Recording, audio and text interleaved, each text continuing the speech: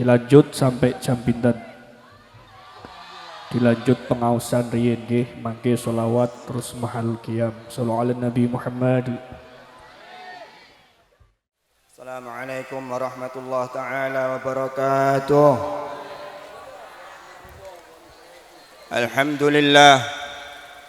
Alhamdulillahi rabbil alamin.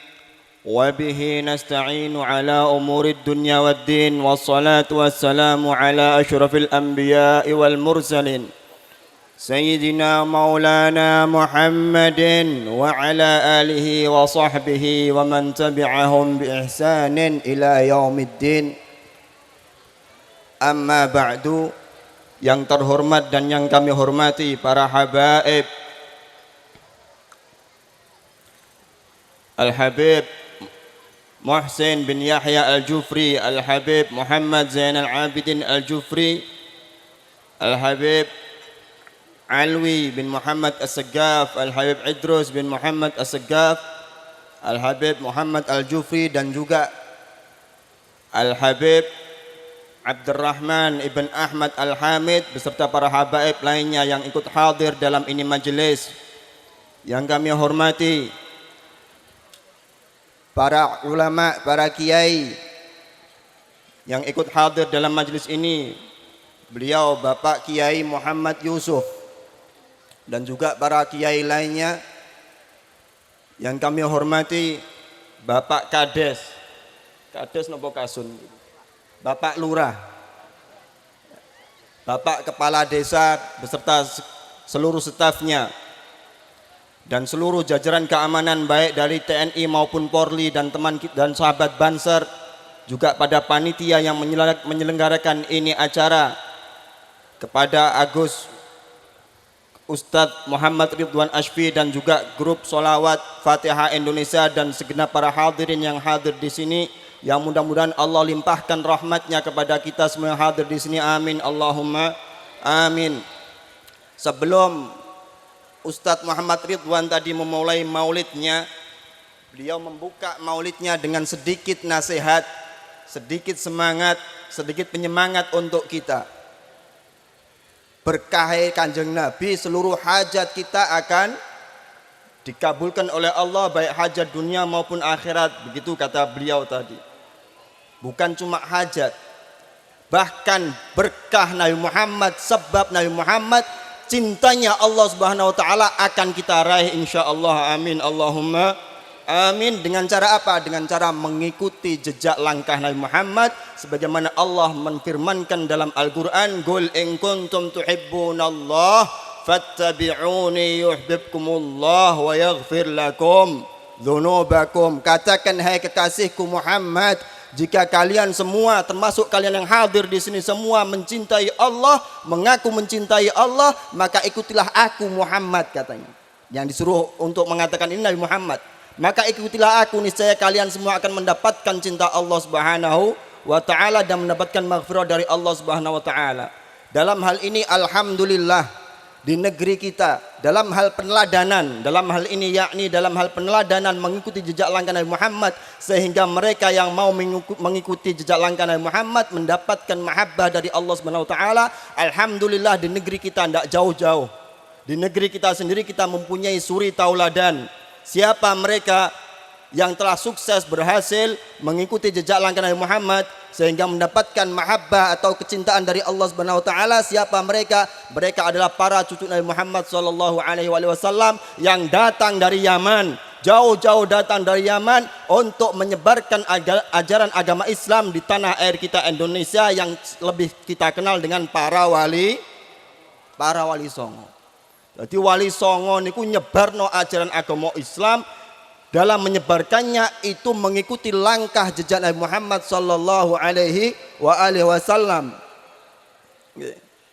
Jadi dengan alus, sopan, rahmat, sehingga terasa kalau Islam itu rahmatan lil alamin. Itu berkah para wali songo yang dalam menyebarkan ajaran Islam mereka semua mengikuti langkah Nabi Muhammad sallallahu alaihi wasallam. Maka karena itu para wali songo kalau kita mempelajari sejarahnya, gak ono sing ketika nyebarno agama Islam terus budaya lokal dihilangkan, ndak ada. Jadi budaya lokal tetap dihargai asal itu budaya tidak menentang syariat-syariat agama Islam. Jadi oleh mereka bahkan bukan sekedar dibiarkan, bahkan dijaga. Makanya jenengan yang belajar tentang sejarah Wali Songo, ono Sunan Bonang duwe gendeng. Nah, itu budaya lokal, budaya Nusantara. Wali Songo niku putrane Sunan Ampel. Sunan Ampel niku putrane Mbak Ibrahim Asmara Kondi, nek jenengan urut terus niku asli Yaman, wong Arab asli niku. Tapi gelem gawe budaya lokal. Karena apa? Sebab mengikuti jejak langkah Nabi Muhammad sallallahu alaihi wasallam. Kanjeng Nabi niku mboten keras kalih budaya lokal. Asal gak nentang ajaran Islam, itu budaya diterima. Jadi Nabi Muhammad itu memiliki jubah Rumiyah. Nabi Muhammad memiliki jubah Rumiyah, jubah songko Romawi. Padahal kala itu Romawi niku negeri Kristen. Kanjeng Nabi untuk jubah Rumiyah yo dikagem, yo digawe. Ora kok moh iki jubah teko negara Romawi sing akeh Kristene moh gawe aku. Ora. Asal ora nentang syariat yo dikagem mbek Kanjeng Nabi. Kanjeng Nabi juga punya jubah Kisrawaniyah, jubah yang dari Kisra teko Persia. Yo dikagem mbek Kanjeng Nabi. Sebab fungsine pakaian sementing nutup aurat. Asal itu pakaian tidak menjadi identitas seorang non muslim, ya ora ono masalah. Nah, ini termasuk Kanjeng Nabi menghargai budaya. Bahkan pada waktu hari raya Id ada segerombolan orang Habasyah memainkan alat perangnya sesuai dengan adat istiadat mereka. Nabi Muhammad pun juga tidak melarangnya. Nenggone masjidnya Kanjeng Nabi. Wong Habasyah gawe alat-alat perangi memperagakan budaya mereka. Kanjeng Nabi ya orang larang, itu termasuk salah satu bukti nek Kanjeng Nabi itu menghargai budaya. Apalagi para wali songo juga paham akan perubahan zaman.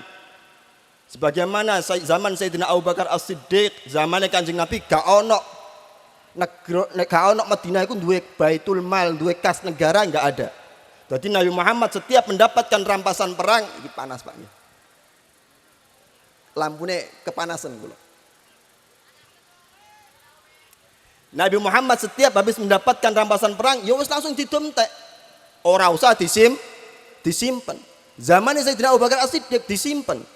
Ono tabungan, ono kas negara. Loh, ya Abu Bakar As-Siddiq, Nabi Muhammad gak tahu nyimpen, lah kok jenengan nyimpen?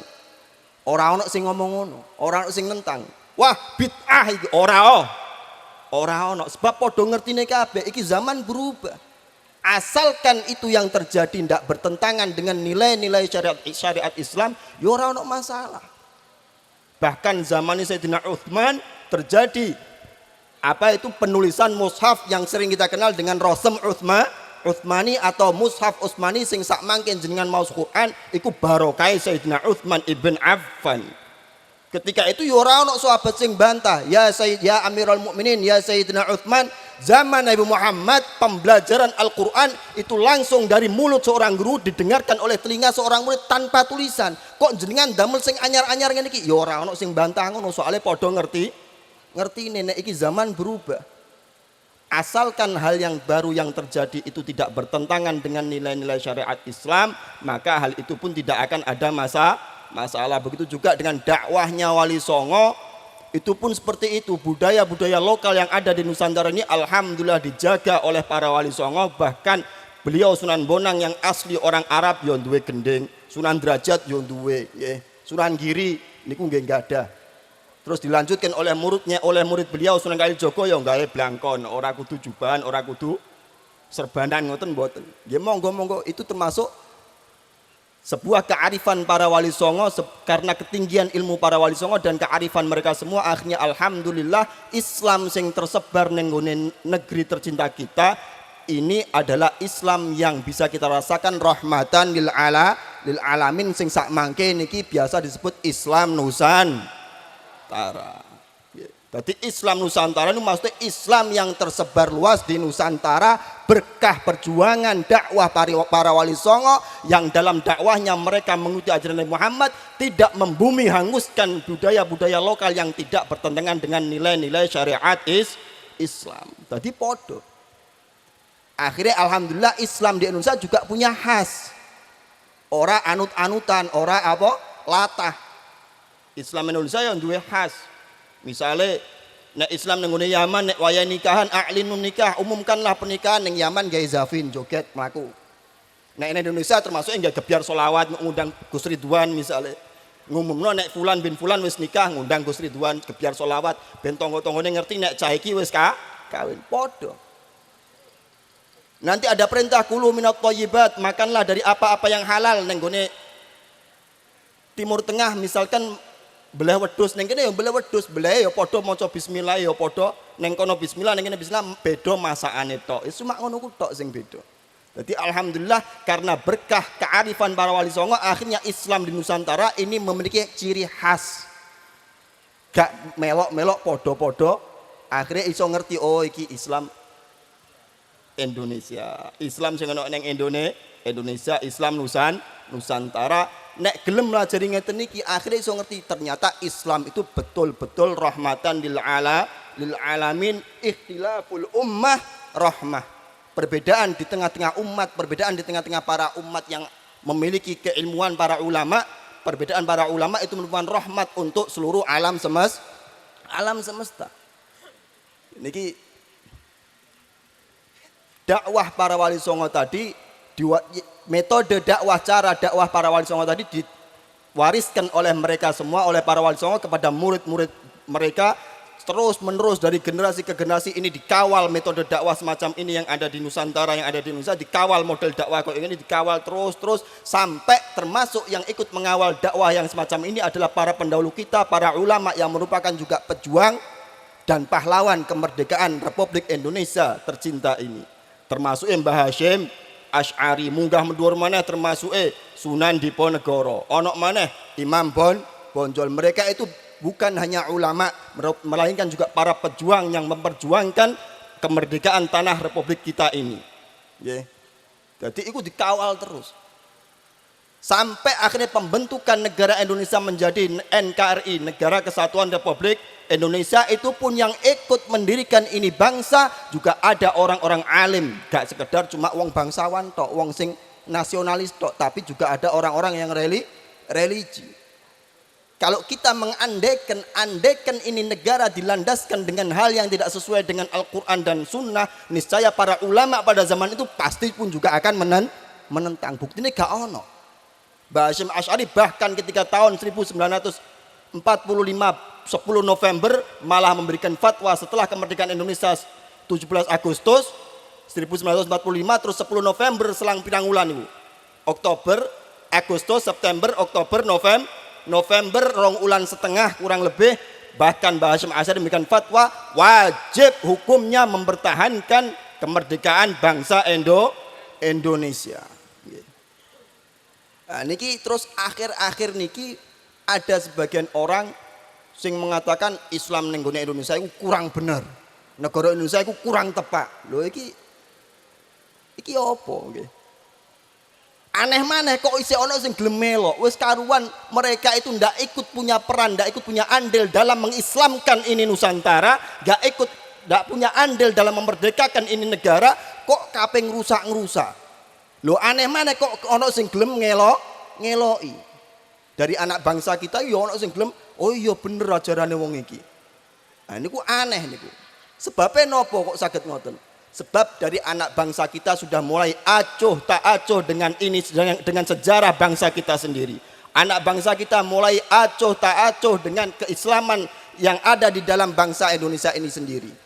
Jadi monggo muga-muga dengan adanya maulid seperti ini, dengan berkahnya pembacaan Rotibul Haddad dan juga lantunan-lantunan sholawat, mugi-mugi sing hadir ten mriki sedaya niku saged tergugah atine terus gelem mempelajari sejarah perjuangan para wali songo dan sejarah perjuangan para pahlawan yang ikut memerdekakan bangsa kita ini, sehingga apa? Sehingga kita semua bisa menjadi generasi yang bisa mengawal Islam yang dibawa oleh para wali songo ini sampai anak cucu kita pun juga ikut merasakannya. Ojo sampai ini kenikmatan Islam yang seperti ini berhenti di tangan kalian. Karena apa? Karena ketidakacuan kalian semua.